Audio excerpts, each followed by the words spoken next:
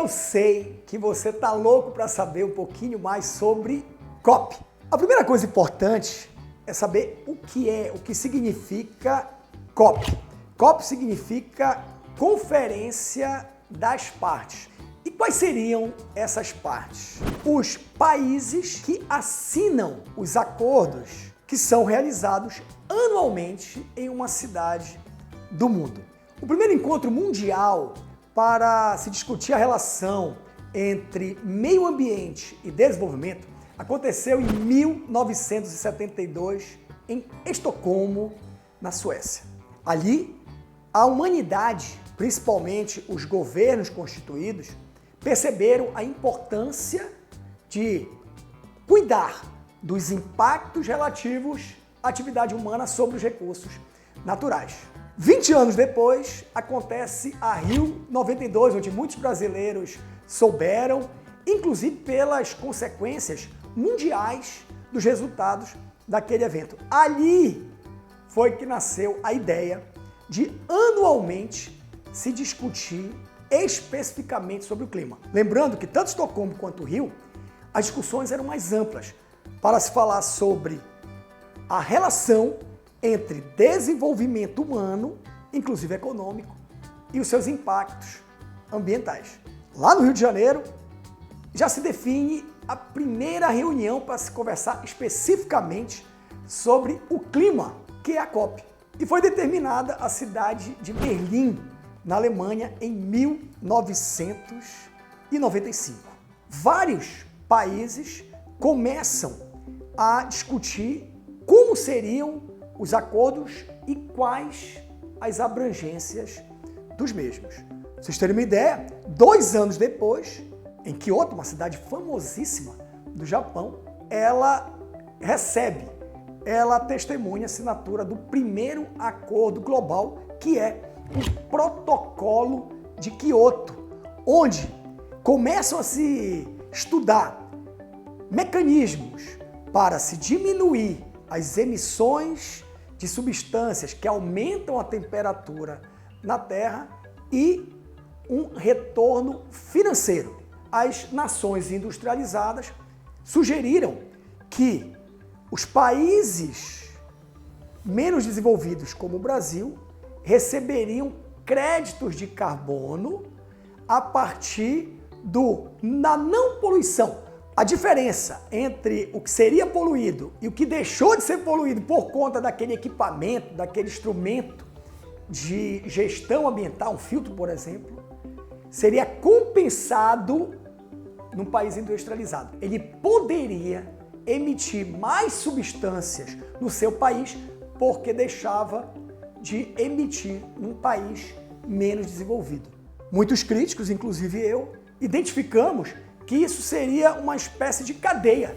Os países menos desenvolvidos continuariam na posição de eternos consumidores de substâncias e de equipamentos e de materiais industrializados. E caberia a nós a produção, por exemplo, de minérios, a produção de matéria-prima como grãos, que é o caso aqui nosso no Brasil. Portanto, Kyoto é marcado por essa primeira tentativa de racionalizar esse mercado mundial de crédito de carbono, mas depois se percebeu as limitações desse encontro. Outro fato ocorrido em Kyoto, a COP3, foi a assinatura de um protocolo de intenções, onde pela primeira vez se estabeleceu metas para reduzir as emissões dos gases somente nos 37 países industrializados. Seria efetivado, ele entraria em vigor em 2005, portanto, 8 anos depois, após as discussões em cada um dos países. Lembra que são delegados que representam, que levam os assuntos para a sua nação após os eventos, após as COPs. O que aconteceu? Após 8 anos, a maioria dos países não assinaram, inclusive a maior potência econômica do mundo, os Estados Unidos. E eu tenho certeza que você desconfia o motivo dos Estados Unidos e outras potências não assinarem.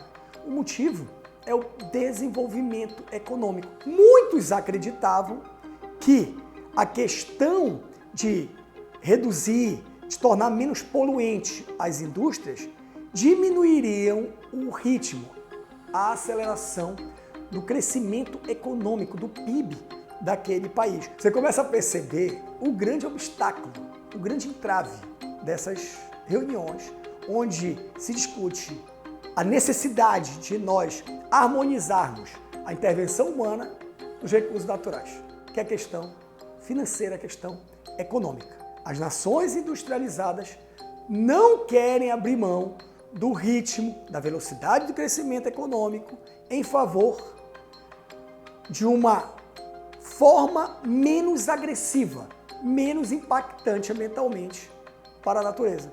O outro ponto, que é uma pauta, que é uma demanda dos países menos desenvolvidos, como o Brasil, é a necessidade de receber investimentos diretos, por exemplo, em saneamento básico. A relação está clara. Se você não trata o seu esgoto, esse esgoto vai emitir gases poluentes, substâncias que afetam o nosso clima. Esse é o maior entrave, essa busca desse equilíbrio entre assumir e atender aos desejos de consumo dos países industrializados e às necessidades básicas dos países não industrializados. Então vamos lá. Rio 92 se estabelece que haveriam reuniões anuais para se discutir especificamente sobre como nós poderíamos estabilizar as emissões que influenciam no clima da Terra. Esse é o objetivo até hoje das COPs, a partir de acordos bilaterais, multilaterais entre os países signatários. Pra vocês terem uma ideia, lá no Rio de Janeiro, 197 países assinaram esse acordo de intenções para que houvesse essas reuniões. Até hoje, nós temos as reuniões anuais para se discutir a evolução dos problemas ambientais, mas principalmente as soluções para se estabilizar, inclusive diminuir as emissões de gases e de substâncias que afetam o clima na Terra. E quem pode participar das COPs? Delegados. Lembrem que é um evento organizado pelas Nações Unidas, pela Organização das Nações Unidas. Então, além dos delegados da ONU, são delegados indicados pelos países e alguns convidados muito especiais, autoridades, e nós, cidadãos, e nós, pessoas que queremos de alguma forma participar. Eu, em 2009, estive na COP15. Ela aconteceu em Copenhague, lá na Dinamarca. Eu me lembro que eu queria fazer barulho, eu queria me manifestar para que as ações, as demandas da sociedade fossem ouvidas, fossem transformadas em acordos e, principalmente, fossem efetivadas, fossem implementadas. É isso que você também pode fazer e eu continuo fazendo. Ao longo do tempo, nós conseguimos uma outra ferramenta importante que são as redes sociais. Então marque o seu representante, marque o político, marque uma instituição que você considera importante e pergunte e questione como ela vai estar presente na COP que acontecerá aqui no Brasil em 2025. O importante é participar, virtualmente ou presencialmente.